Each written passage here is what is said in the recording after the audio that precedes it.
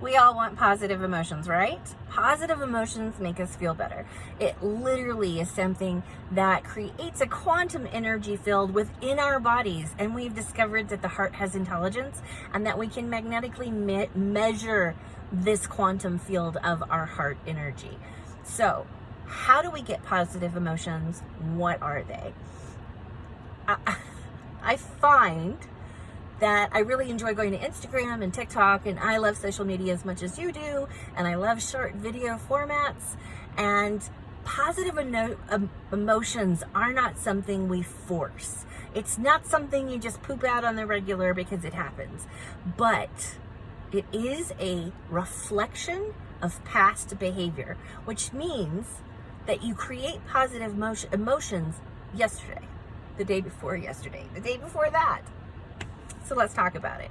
My name is Dr. Ruth Zeman. I'm a positive psychologist. I did my dissertation on well-being theory. So here we go. Positive emotions is the P in PERMA, which is the science of well-being. Within that, we have meaning, engagement, relationships, and accomplishments. And yeah, I totally did it out of order. That's okay. So, a lot of us are not living intentionally because we don't understand the meaning of our life. We don't understand how we've anchored ourselves in both our identity and in internal things. And another way to say eternal things would be objective. Have you grounded yourself objectively in this world? That is going to be the video called Meaning. This one's Positive Emotions. The meaning in the Toy Story movie, yes, just that Disney film, there's 4 of them, but the meaning is you've got a friend in me. And if you're like me, you're now singing the little song. Anyway, totally love that franchise, totally love all those movies. As I looked at those movies with the lens of well-being, looking for the phenomenon, we see that when our characters, who are the good ones, and to be clear, the good ones are friends and the bad ones are not friends. It's just that simple. When we look at that, we have guilty feelings coming out of our good characters when they're not in alignment with their life meaning. Putting this another way, we hear witches and we hear psychics and coaches and other psychologists say that you need to be in alignment with your soul. Okay, but do we believe in the soul? The science of it is still being sorted. So instead, in the science of well-being, we call it our life meaning, and it is an internal objective anchor. Let's use, you've got a friend in me. When I make decisions and wake up in the morning and I say, I'm going to be a friend today, I'm going to be a friend to myself, I'm going to be a friend to others. And then we do that. And we do it through, I called a friend because they were on my mind, I wrote a letter, I sent some mail, I received some mail. I feel good about being a friend today. That has created positive emotions in you. And you can feel it throughout your body because what you've done is you've stayed in alignment with your life goals and meanings. And this makes your relationships bloom. And then you choose the accomplishments of your life based on both your relationships and your meaning, which again give you positive emotions. So when a kid comes home from school and their desire was to please their parents, let's say 3rd grade. Both of my kids are grown adults and we hated homework and we hated so much of school.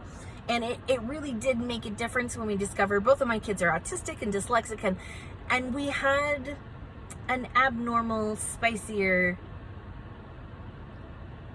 school experience. We had IEPs, we had 504s. It was fun. And I hope you heard the sarcasm there. I totally meant that sarcastically.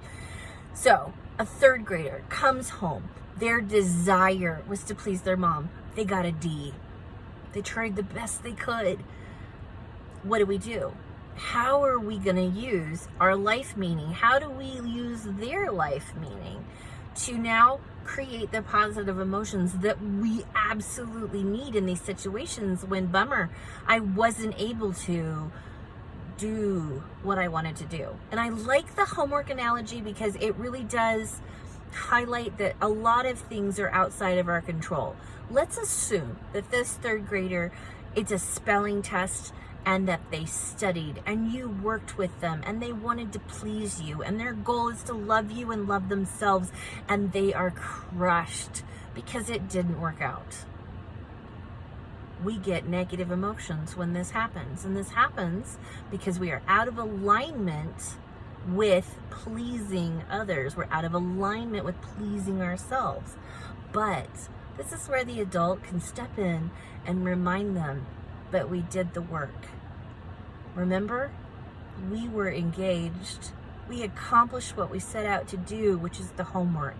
And while our results still need work, we did exactly what we needed to.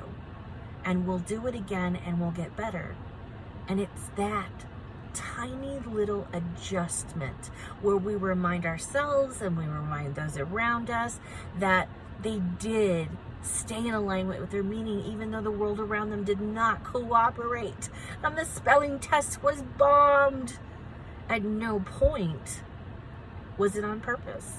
On purpose they studied, on purpose they did the work, on purpose, and we can point out that engagement, and we can point out that relationally I still love you, and we can point out that life happens anyway. And this is how we build positive emotions in negative situations, by just remembering that we're in alignment with our meaning. And I'm assuming that doctors like me, we're A-type people, we do put in the work behind the scenes, but that doesn't mean it always works out. But this is how we create positive emotions, by staying in alignment with our meaning.